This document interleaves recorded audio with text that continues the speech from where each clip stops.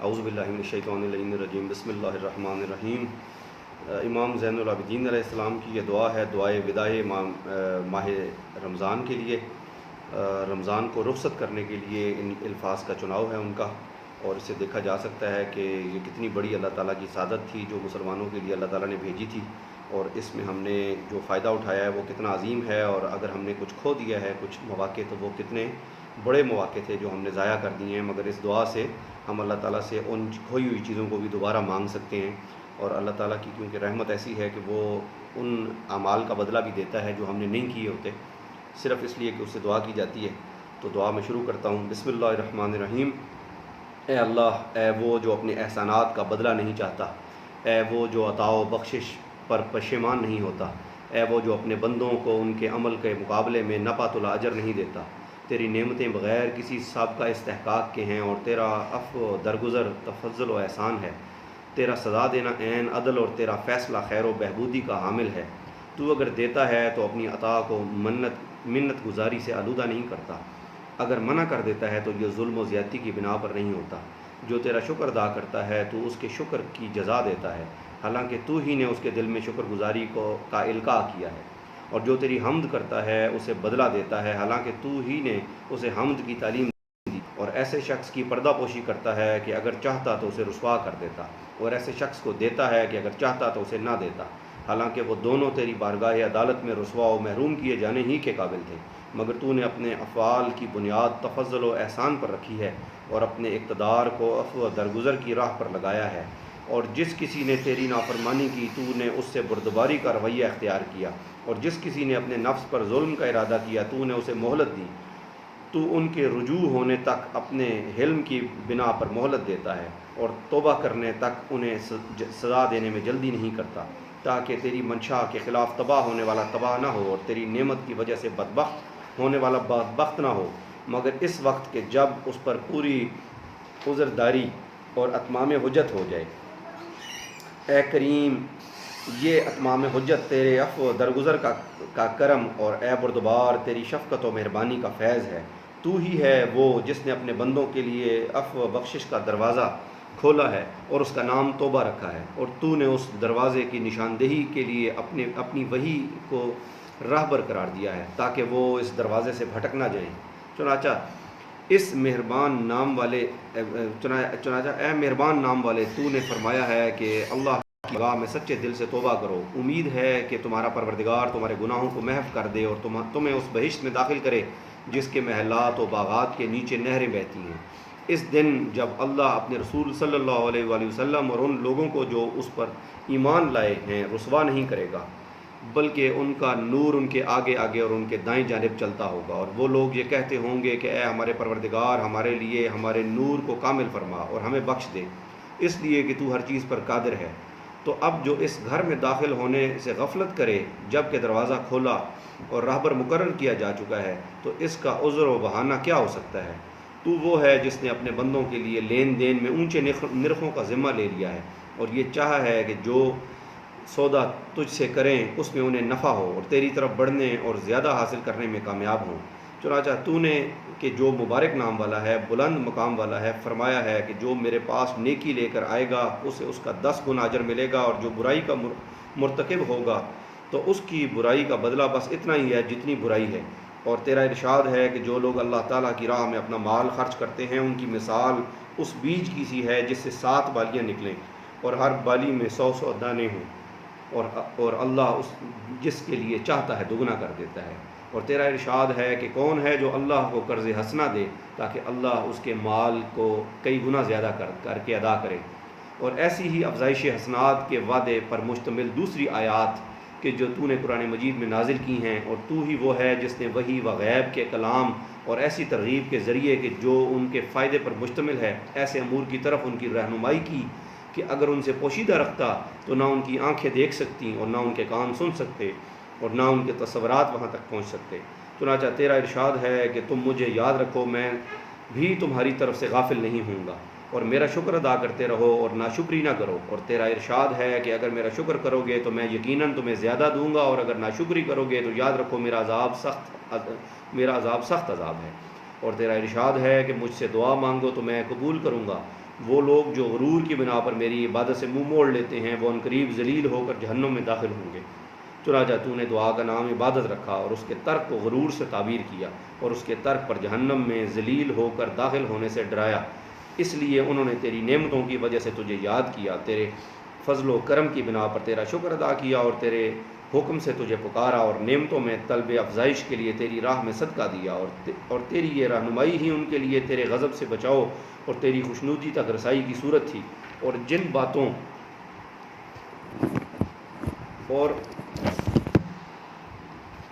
باتوں کی تو نے اپنی جانب سے اپنے بندوں کی رہنمائی کی ہے، اگر تو نے اپنی جانب سے اپنے بندوں کی رہنمائی کی ہے کہ اگر کوئی مخلوق اپنی طرف سے دوسرے مخلوق کو ایسی ہی چیزوں کی طرف رہنمائی کرتا تو وہ قابل تحسین ہوتا، تو پھر تیرے ہی لیے حمد و ستائش ہے جب تک تیری حمد کے لیے راہ پیدا ہوتی رہے، اور جب تک حمد کے وہ الفاظ جن سے تیری تمجید کی جا سکے اور حمد کے وہ معنی جو تیری حمد کی طرف پلٹ سکیں باقی رہیں۔ اے وہ جو اپنے فضل و احسان سے بندوں کی حمد کا سزاوار ہوا ہے اور انہیں اپنی نعمت و بخشش سے ڈھانپ لیا ہے۔ ہم پر تیری نعمتیں کتنی آشکار ہیں اور تیرا انعام کتنا فراواں ہے کہ کس قدر ہم تیرے انعام و احسان سے مخصوص ہیں۔ تو نے اس دین کو جسے منتخب فرمایا اور اس طریقے کو کی جسے پسند فرمایا اور اس راہ کی جسے آسان کر دیا ہمیں ہدایت کی اور اپنے ہاں قرب حاصل کرنے اور عزت و بزرگی تک پہنچنے کے لیے بصیرت دی۔ بار الہ تو نے ان منتخب فرائض و مخصوص واجبات میں سے ماہ رمضان کو قرار دیا ہے، جس سے تو نے تمام مہینوں میں امتیاز بخشا اور تمام وقتوں اور زمانوں میں اسے منتخب فرمایا، اور اس میں قرآن اور نور کو نازل فرما کر اور ایمان کو فروغ و ترقی بخش کر اسے سال کے تمام اوقات پر فضیلت دی، اور اس میں روزے واجب کیے اور نمازوں کی ترغیب دی، اور اس میں شب قدر کو بزرگی بخشی جو خود 1000 مہینوں سے بہتر ہے۔ پھر اس مہینے کی وجہ سے تو نے ہمیں تمام امتوں پر ترجیح دی اور دوسری امتوں کے بجائے ہمیں اس کی فضیلت کے باعث منتخب کیا۔ چنانچہ ہم نے تیرے حکم سے اس کے دنوں کے روزے رکھے اور تیری مدد سے اس کی راتیں عبادت میں بسر کیں، اس حال میں کہ ہم اس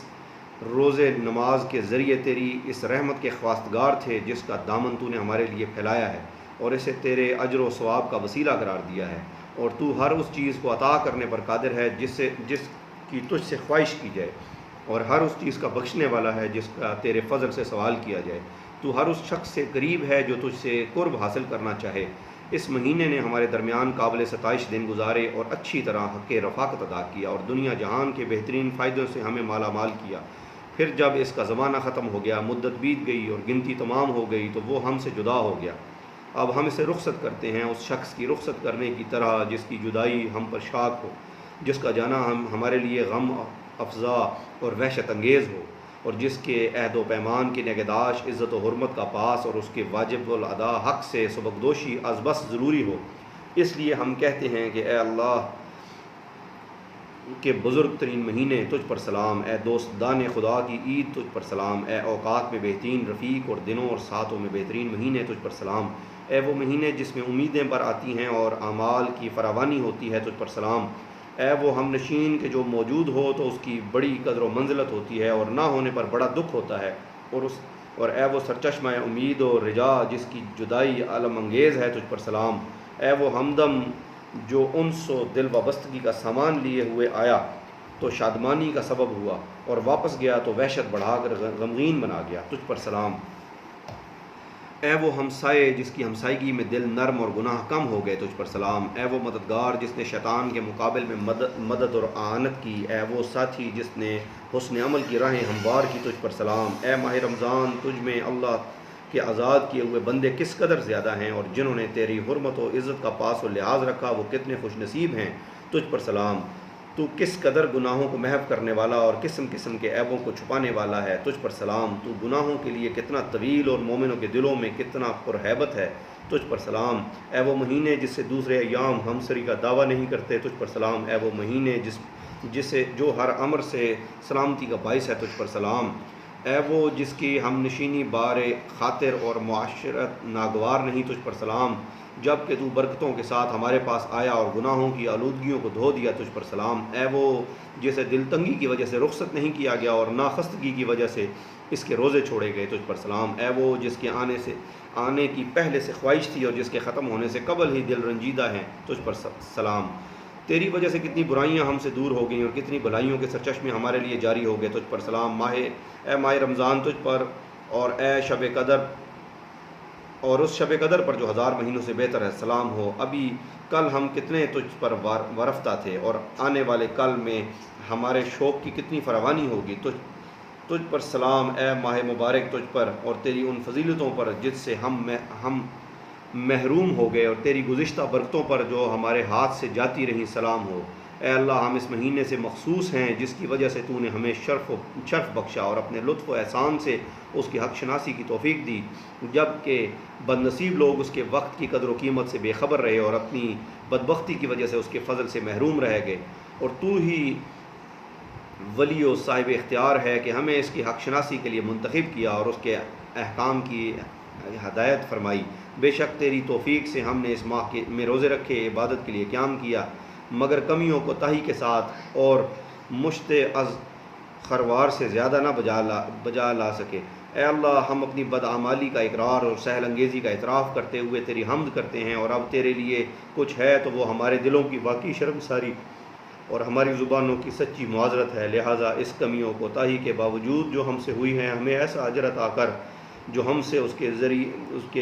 ذریعے دلخواہ فضیلت و سعادت کو پا سکیں، اور طرح طرح کے اجر و ثواب کے ذخیرے جن کے ہم آرزو مند تھے اس کے عوض حاصل کر سکیں، اور ہم نے تیرے حق میں جو کمی کوتاہی ہے اس میں ہمارے عذر کو قبول فرما اور ہماری عمر آئندہ کا رشتہ آنے والے ماہ رمضان سے جوڑ دے، اور جب اس تک پہنچا دے تو جو عبادت تیرے شایانہ شان ہے اس کے بجا لانے پر ہماری اعانت فرمانا، اور اس اطاعت پر جس کا وہ مہینہ سزاوار ہے عمل پیرا ہونے کی توفیق دینا، اور ہمارے لیے ایسے نیک اعمال کا سلسلہ جاری رکھنا جو زمانہ زیست کے مہینوں میں سے ایک کے بعد دوسرے ماہ رمضان میں تیری حق ادائیگی کا باعث ہوں۔ اے اللہ ہم نے اس مہینے میں جو صغیرہ و کبیرہ معصیت کی ہو یا کسی گناہ سے آلودہ اور کسی خطا کے مرتکب ہوئے ہوں، جان بوجھ کر یا بھولے چونکہ سے خود اپنے نفس پر ظلم کیا ہو یا دوسرے کا دامن حرمت چاک کیا ہو، تو محمد اور ان کی آل صلی اللہ علیہ وآلہ وسلم پر رحمت نازل فرما اور ہمیں اپنے